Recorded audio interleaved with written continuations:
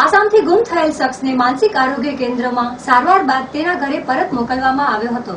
બીરસિંહ રામસિયારી નામનો માણસ ગત ફેબ્રુઆરીમાં ગુમ થયેલ, જે કોઈ કારણવશાત કચ્છમાં આવી ગયેલ, જેને ભુજમાં માનસિક આરોગ્ય કેન્દ્રમાં સારવાર અપાયા બાદ સ્વસ્થ થઈ જતા તેને તેના ઘરે મોકલવામાં આવ્યો હતો, જેમાં પરમાર, જયેન્દ્રભાઈ, હેમેન્દ્રભાઈ, એચપી સાહેબ તથા સમગ્ર ટીમ જોડાઈ હતી।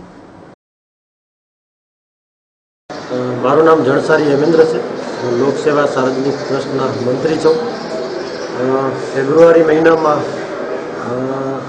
બીએસસી કરીને જે અમને રોડ ઉપર રખડતા ભટકતા માનસિક સ્થિતિ ત્યારે એમની ખૂબ જ ખરાબ હતી અને મળી આવેલા ત્યારે અમે મેન્ટલ હોસ્પિટલમાં કોર્ટ ઓર્ડરથી એમને એડમિટ કરાવેલા। ફેબ્રુઆરીથી અત્યાર સુધી એમની સારવાર દરમિયાન માનસિક સ્થિતિ એમની સારી થઈ અને નાનું મોટું એનું એડ્રેસ એ બતાવવા લાગ્યો ત્યારે મેન્ટલ હોસ્પિટલના સામાજિક વિભાગના કાર્યકર્તા તેમજ અહીંયાની ટીમે સારી મહેનત કરી અને એમના ઘરનું સરનામું મેળવી આસામના સ્થાનિક પોલીસ સ્ટેશનનો સંપર્ક કરી એમના ઘર સુધી મેસેજ પહોંચાડ્યા અને આજે એમના શાળા છેટ આસામથી ભુજ મેન્ટલ હોસ્પિટલ મધ્યે એમના જીજાજીનો કબજો મેળવવા માટે